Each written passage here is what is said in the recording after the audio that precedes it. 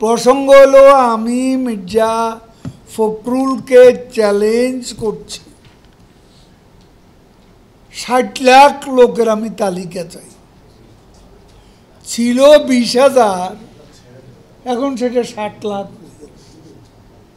তো ৬০ লাখ বন্দী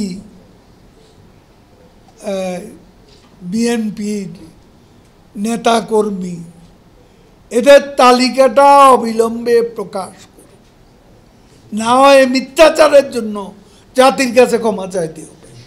আমাদেরকে ৪২% উপরেও একটা পার্সেন্টেজ টার্ন আউট হয়ে আমাদের নির্বাচিত করেছে। এটা জনমতকে অশ্রদ্ধা করা,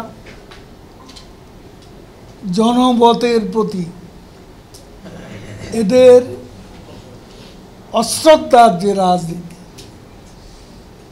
নেতিবাচক যে রাজনীতি, সেটারই প্রতিফলন।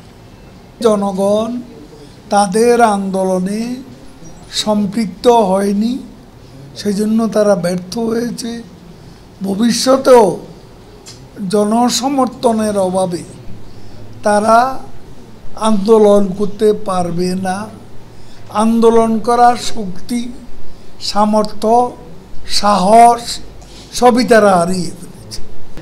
আপনার বা এখানে কোনো সাংবাদিক এই দুর্ভিক্ষকালে খাওয়া দাওয়া করার কোনো, যে একবেলা না খেয়ে আছেন বা 2 বেলা না খেয়ে আছেন অথবা খাবার সংক্ষিপ্ত করে দিচ্ছেন, এমন কিছু কি ঘটেছে? এগুলো বিএনপির অপপ্রচার। আমরা বলছি ওরা অপপ্রচার করতেছে, আমরা সেটাই বলছি।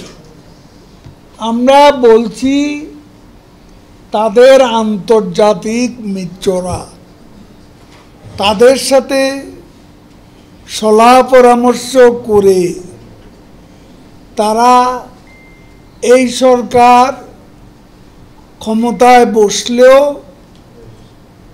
দুর্ভিক্ষে এই সরকারের পতন,